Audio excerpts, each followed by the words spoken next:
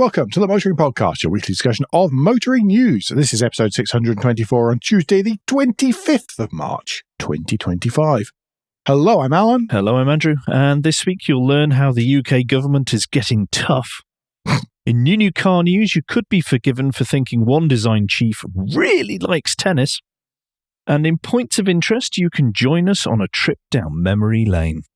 But first, we have a smidgen of follow-up, and we covered the first rumblings of this about a month ago, maybe a month and a half ago. Mm-hmm. And that is to do with the fact that the MOT changes include a proposal, or it is presumed this is what's going to happen, is a proposal that recalled cars and vans that have not had the work done will automatically fail the MOT test until whatever the work is has been rectified. Yes. At the time when we first covered this, there was a lot of, ooh, this is very scary. We think this will impact a lot of people. But a company called Auto Data Solutions has gone off and put in a Freedom of Information Act request and found that there are 3.2 million cars and vans that were recalled between 2018 and 2023 that have not yet had the work done, and that's only been checking with franchise dealers. Yes. The presumption is the figure will in fact be much higher because of how quickly some customers drop off, or cars and vans drop off where they're known to be from franchise dealers. That's quite bad. It is. It's funny because when we got this and we checked, I thought, I wonder if my details are up to date on the manufacturer's website login. I just did double check that. So it is probably worth doing that, folks, making sure that if there is a way of having an account with your motor manufacturer, that you do that and you make sure that your details are up to date. Not maybe opt out of just about everything else, but just make sure they have the right address. Yeah. And just to put in context what that 3.2 million cars means, over that same period, there was about 14.8 million cars that were covered by the recalls. That's quite a large percentage of those who haven't had the work done. But equally, there is a very impressive amount who have had the work done. Yes. I know we're not covering it this week, but of course, Ford added quite significantly to that number just the other week. That's the trouble, of course, some of these big recalls coming through then sort of get very historic data. You know, it really has a big impact on the numbers in some cases. Yep.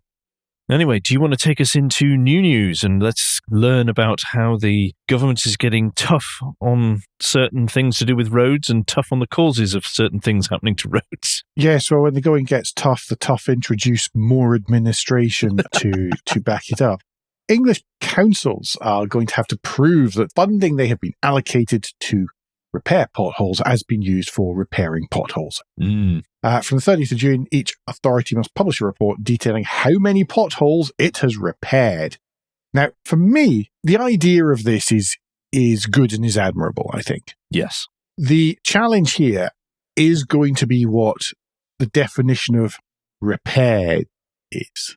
And I really hope that someone at the Department for Transport has realised that the tricky bit is going to be defining what a repair is, and that part of that is time-bound. It has to still be repaired after a year. No, I think the problem for me is more fundamental than that. Oh, there are many problems, but yeah. Is the fundamental truthfulness of filling out said report. Well, yeah. And, whatever portal is now going to be developed at God knows how much expense to input all this information. Yeah, but Capita's going to make a stack on it. I worked in the NHS after the economic crash of 2008, and the government that came in suddenly started shouting, we must cull managers from the NHS.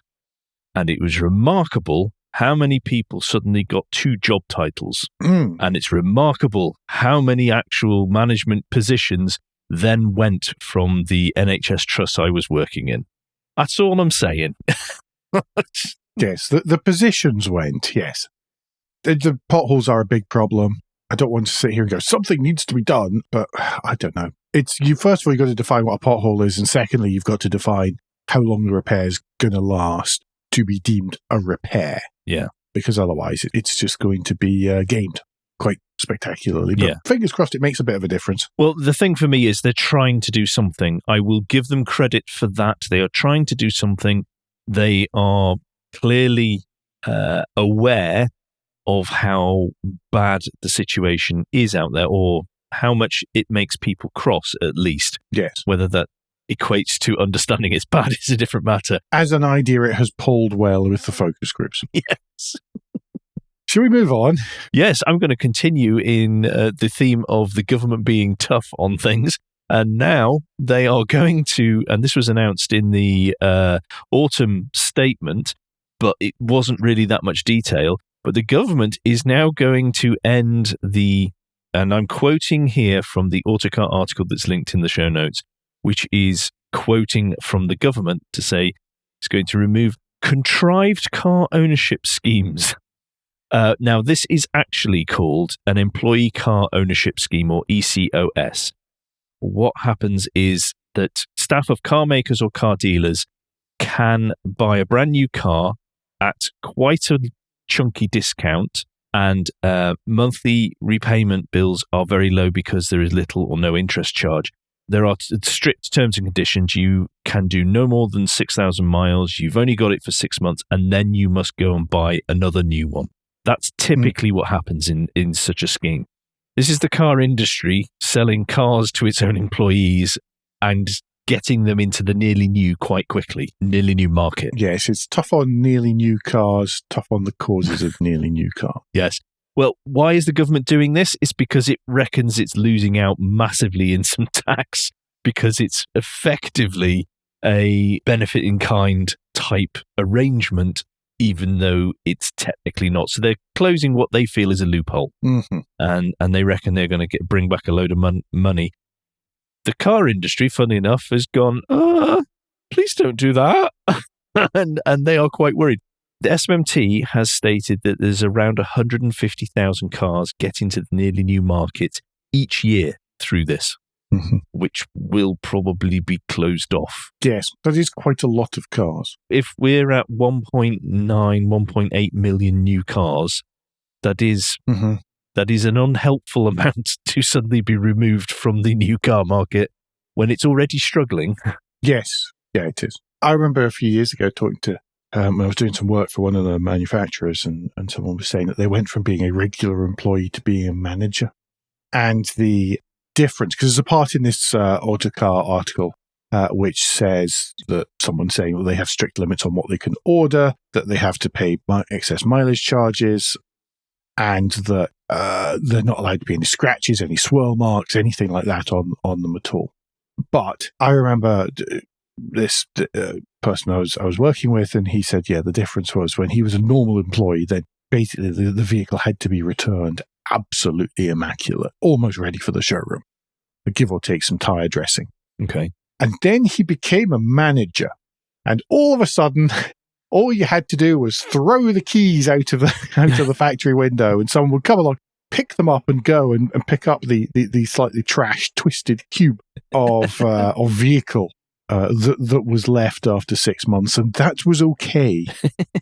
He said there's quite a significant difference between the two schemes, only exaggerating slightly. Yeah. They've got a quote again from, in this Autocar article, but from a spokesperson from CAP HPI that said it won't really have that much of an impact on nearly new volumes, because they reckon that they are tiny numbers, but 150,000 still seems large when you are dealing with 1.8 million. I can't remember what last year's figure was. It's over 10,000. It's over 10,000 a month. Somebody's going to be quite crying. a lot when you look at things. Yes. Anyway, do you want to take us to a company that likes the UK but not quite enough? Yeah, BYD. Build your dream. Well, they probably won't be building their dream in the UK. They have ruled out a factory in the UK. They are, of course, European tariffs and all this kind of stuff. They are looking to have at least one factory in Europe where they can build cars and therefore be tariff-free, or at least some of them can be tariff-free. UK, they're saying the conditions are not friendly to this at all. And it's not so much there are tariffs, customs, things, or all these bits and pieces getting between here and Europe, but that's not the core challenge. the core challenge really is having the infrastructure, having the scale of manpower that they want. There's a line in here where Stella Lee, the BYD's executive vice president, says that it just doesn't have enough labor resource. And she added that it's also harder to hire labor resources in Europe, whereas in China you can hire 10,000 people quite easily. Mm-hmm. Yeah, which is true. There are just so many more people who are prepared to move to near the factory in order to get the job. Mm-hmm. But they're going to open, they're working on a factory in Hungary that is due to open later this year, and next year there is going to be a factory in Turkey, which is being built much quicker than the Hungary one, which I presume has a fair amount to do with lessons being learnt when working in a foreign country. I would imagine so, and also I think that you've got to, play by Orban's rules whenever you're in Hungary as well, and that might make it even harder, even by Chinese standards. Yeah. Right, I am going to continue with production, but take us to Audi and the fact that they are the latest company to announce job cuts as they look to save $1 billion annually in costs. They're going to cut 7,500 jobs in Germany by the end of 2029, according to Greg Cable in the Autocar article linked. It's 1 billion euros, not dollars. It's about the same. This should surprise no one who's been listening to the show regularly. It feels like every week we're talking about yet another car company saying we're cutting jobs because of costs. And I think that will continue throughout the rest of the year. There was an article just on Automotive News Europe today that was saying how the European market is now making manufacturers very nervous because buyers are very wary of the financial outlook. And their purses and wallets are being pinched or under pressure. They haven't been nicked. They're under pressure. Again, it's a shame for all those workers that are involved, but I said, I feel bad about this, and I think it's unfortunate it's going to pan out this way, but 2025 is going to be brutal for the car industry. I think so. It's worth balancing some of that, by the way. In the UK, Audi recorded 122,431 vehicle sales in 2024. That made them third in the overall UK market with a 7.22% market share, which was a record for Audi UK. Electric vehicles accounted for 20% of those sales, with the Audi Q4 e-tron being the second most popular electric vehicle in the UK with 17,465 sales. Or possibly registrations. That trailed the Tesla Model Y. On earth would you buy one, which had 32,862 registrations. Let's say registrations for Tesla. Yes, that is impressive for Audi. Anyway, I'm sorry, everyone. Just brace yourselves. Alan, do you want to tell us about what is actually good news, although it is coming from Arnold Clark? Yes. Arnold Clark, the dealer group based in Glasgow, is investing 35 million euros or 30 million pounds, more likely the 30 million pounds, in rapid chargers across Scotland and England. They already have 240 charge points installed, and it now plans to install another 500. My apologies. I paused there to just check and see if it was 500 in total or 500 additional, and the way I read it is 500 additional. EV chargers over 100 locations in the UK. And you can bet your bottom dollar that those locations are going to be at Arnold Clark dealerships. Yep. Because that's what they do. Yeah, because that's what we said when we brought up the first time this came out in early May 2023. Yes, quite a while ago. So it nearly was follow-up, everyone. Yeah. You will be able to book the charge sites in advance via the Arnold Clark app, which you have to give all of your information, I know, because I checked earlier on. And no doubt that will make it easier for them to try to sell you stuff. The company has also promised 24/7 opening hours at most sites. I think this is a good idea, generally. Yes. And I am surprised more dealer groups aren't thinking about doing this kind of thing as a useful new revenue stream. Yes, agreed. But that takes me then on to the obvious one with why are not more car manufacturers doing what Tesla have done so successfully? I don't know, because my feeling with the Tesla charging network is that is, right at the moment, that is the most important part and the most valuable part of the entire brand. Yeah. Because it is a real thing that works. Yeah. In the US, especially, now people are starting to settle on the Tesla plug rather than CCS. Because America, they have to have a different proprietary standard. That is the way of things. It's the American way. But the Tesla charging network is the only one that is pan-American because it's a flipping massive and it's the one that works. Whereas the others are all partially government, whatever funded. Were well, yes, I was almost said, I realized when I was halfway through that, actually. They're not as good. They didn't have the resources to throw at setting them up and invest the money that Tesla had pouring out of his ears at the time. No. And so Tesla charging network is the only good charging network in North America. And if there are others, then tell me. But it's one of the reasons I didn't buy an EV in the US, to be honest. In fact, I want to go, partly because I want to go on road trips, which doesn't bother me too much in EVs, but it does when I don't know what the network is. Yeah. Yeah, you do wonder why more aren't doing that. But we say that, and then you think, well, Ionity is basically Volkswagen. Volkswagen and Hyundai, and is it Hyundai as well? Definitely Volkswagen. Volkswagen definitely a major investor in Ionity. There are ones that have clubbed together, it's there. But I just feel like an own brand manufacturer, like it just feels like the example is there, something that works. If you're going to learn a lesson from Tesla, that would look to me to be a good one to learn instead of the others that you appear to be learning, which are not as good. Yes. Yes, exactly. Exactly. But anyway, this is doubtless good. Ultra fast charging rate of 55 pence per kilowatt hour. Well, I'm sorry, everyone. There isn't much news out there at the moment, so we have reached the end of the first part. We have. That means it's Guilt Minute, that quick break in the show where I grovel for some money. Did I say grovel for some money? I meant we ask for a tad of financial support to keep the lights on and the hosting running. If you feel the Motoring Podcast is worth a small consideration every month, then you can become a patron. Different levels of Patreon include different levels of commitment from us to you, including being able to watch the show recorded live. We also have a small range of merchandise in our spring store, from stickers to mugs and t-shirts. If you don't have any spare cash, we do completely understand that you can help us by following for free from a podcast player to receive every show as they're released, and by liking and rating the show, whatever way your podcast supplier lets you. If you've done all of that, some of you do, so thank you very much, then the last thing you can do is to recommend us to your friends or colleagues. Thank you, everyone that does. It's very much appreciated. It really is. And new patrons and stuff as well. Thank you. Yes, thank you.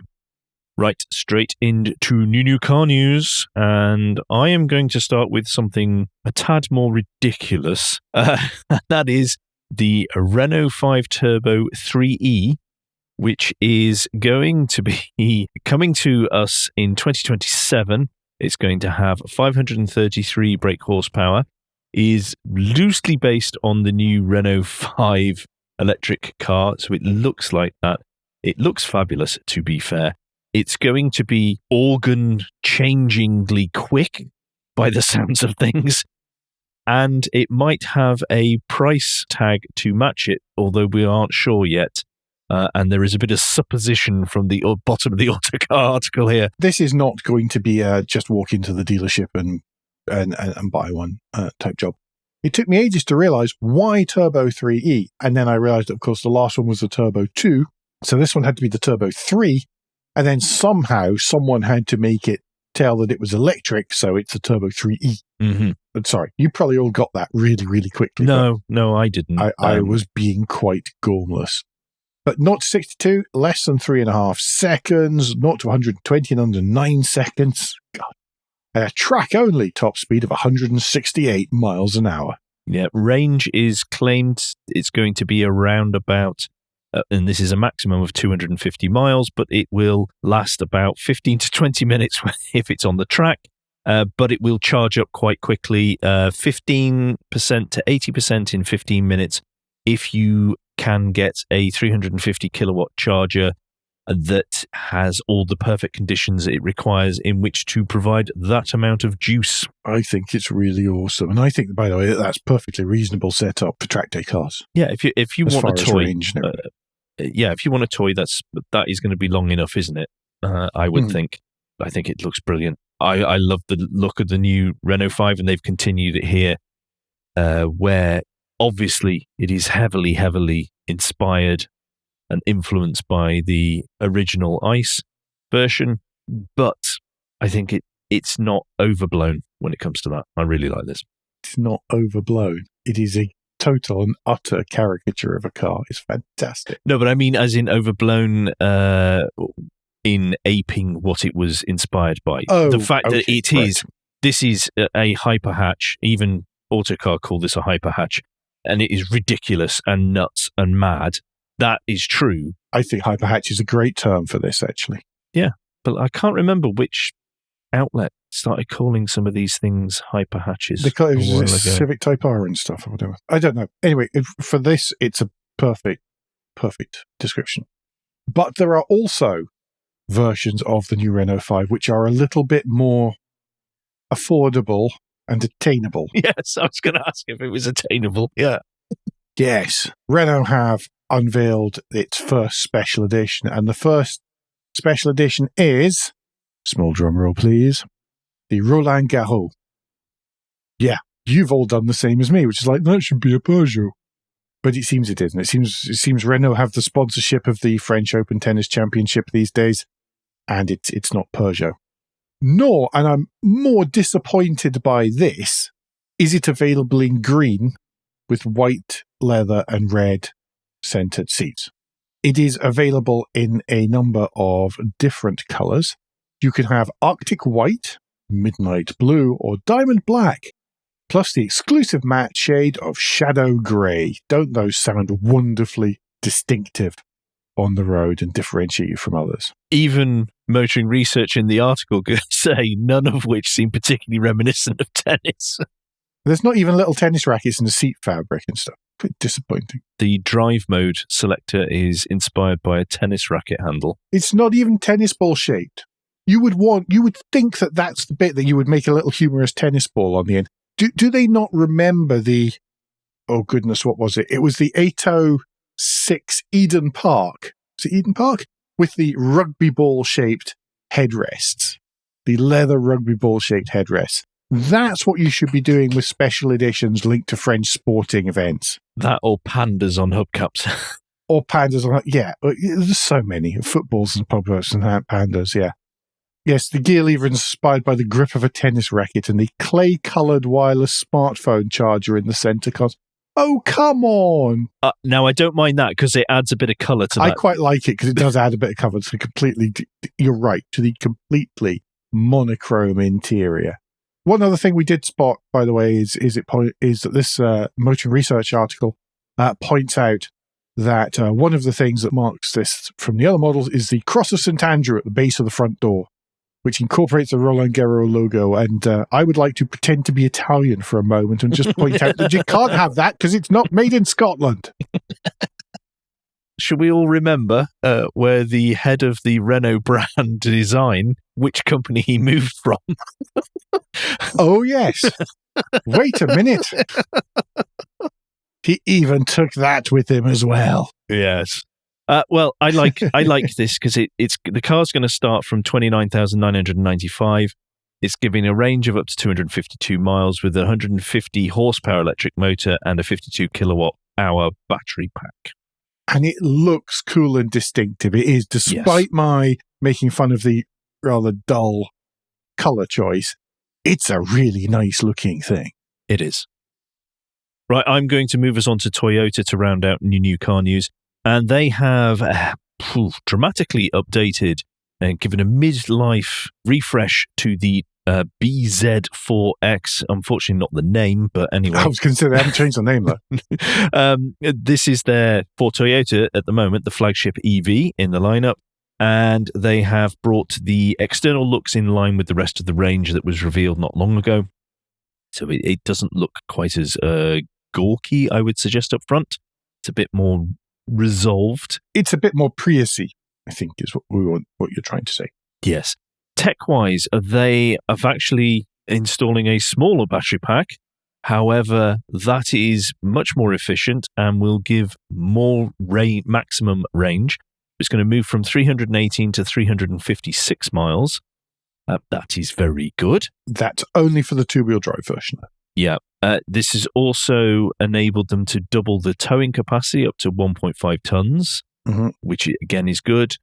They've got some more efficient tech on the inside that allows the chargers to AC chargers to charge more quickly, battery conditioning software, all sorts of stuff like that, which make there's a lot of ownership experience stuff that has improved dramatically from the first version that rolled off the production lines. Too critical, whatever the opposite of acclaim is, it was pretty much slammed from the start. Yeah. Partly because the wheels fell off when they were new.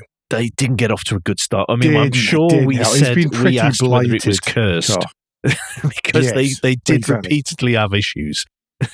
So one thing that does puzzle me about this is that the dual motor guys puts out 338 horsepower. So dual motor, of course, being the all-wheel drive one. This Autocar article is saying matches a new CHR Plus EV that we talked about last week. It makes me wonder what the difference is and why you would choose one over the other than that I think the BZ4X is better looking. It'd be interesting to see them beside each other, I think. I think that would probably give me the answer pretty darn quickly. Yeah, must be quite close size-wise. I would suggest that if you're a rear passenger, you get a window to look out of, which is a bit more helpful. Yeah, that's true. I as I say, I'm sure that if you parked them beside each other, it would then become obvious. A little bit like some of the Mazda range. Whenever you park one beside the other, it's like, oh, I see why you would choose that over that. Whereas on paper, it looks pretty much the same. But the CHR Plus, the whole point was it is bigger. And it's really only CHR in name with a few nods to the looks. Yes.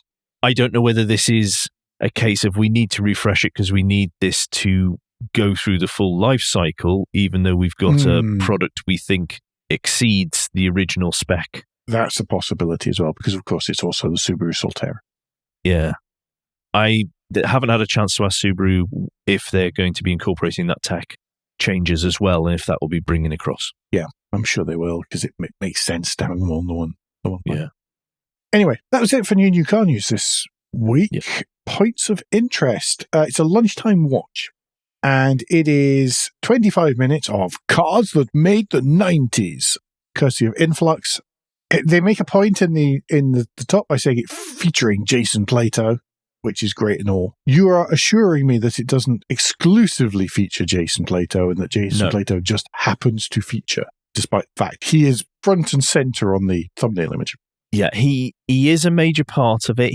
They do return to him regularly, but there are a lot of other people that are spoken to and give their opinions and talk about aspects of cars from the 90s, particularly, which I found very interesting, was that they've got owners and they talk through different aspects of it as well. But as much as anything, it was just to try and find something fun and a bit nostalgic and a bit of a reminder of, oh yeah, actually, those cars were pretty cool, which were, depending on your age, formative years or not. And when you go through this video, you go, oh God, yeah, I forgot about that, or whatever. And then towards the end, it does lean into the motorsport side of things, which there was a lot of race it Sunday, buy it Monday type attitudes, and it paid off. I mean, particularly with the likes of what's now the British Touring Car Championship, but was the Super Saloon stuff. Everybody remembers that sort of thing. I found it a really enjoyable film to watch, fun, and like I say, it was just so put the rose-tinted goggles on and go back a little bit to more innocent times. You do only have to get 2 comments below the video, though, before somebody comments that things have gone steadily downhill ever since. Such is the way of YouTube comments. Yes. But yes, actually quite a lot of very positive comments about it. Incredibly positive comments about it. It's beautifully shot. It's beautifully shot. Anyway, I'm now going to take us on, and connected slightly to this, but a list of the week that is titled, thanks to Haggerty, Top 10 Road-Going Rally Cars. Now, there's only 10. I will not be selecting my choice. However, we do get to hear from Alan, and now I know there's only 10, but did you find this easy to pick one? No. No, I didn't. If I have got my choice that I won't say, but I struggled to. There was one I definitely ruled out because it really doesn't interest me. One that I was like, okay, then it's before my time and I don't really remember it. And then there were the others, and it took me a while. But ultimately, when it came to playing Sega Rally, there was only one car that I would choose. And that's the Lancia Delta Integrale. And in the picture, the proper livery, martini, the livery is amazing. In the picture here, proper martini livery, not one of the ones that's totally batshit, one of the ones that still looks an awful lot like what you could, go down to Ross Lane and Keld Road down there and buy off the dealer floor in the early 90s, possibly before the early 90s, to be honest, in the late 80s. And that's my choice. And it was not an easy choice either. No. You can click the link in the show notes, and don't forget to let us know whether you agree, or let Alan know if you agree with his choice, or if there was something else that you just have to have instead. There's some strong candidates here. There are strong candidates, and there's no right or wrong answers really in that list, actually. No, I don't think so. None at all. I don't think so. Okay, everybody, this is your warning to charge your glasses, to take a seat, because you are going to need it with the And Finally if you play along to the Motoring Podcast drinking game. He does this. He says this. And I get no say. I had no say at all in this. He found it. He put it in. Yep. It wasn't me. Okay. No, absolutely. But this is the most Alan thing. It really is. It's from the Autopian, and it is by Jason Tuchinski. And it's like, this French Toyota brochure that turns into a record player is absolutely genius. As someone has pointed out, it's Toyota. And it's French, and both of those are pretty good ways to get my attention and my interest. Yeah, it's really cool. It's like this fold-out cardboard, and then there's this little sort of disc which you sort of turn with your finger at sort of roughly the right kind of speed.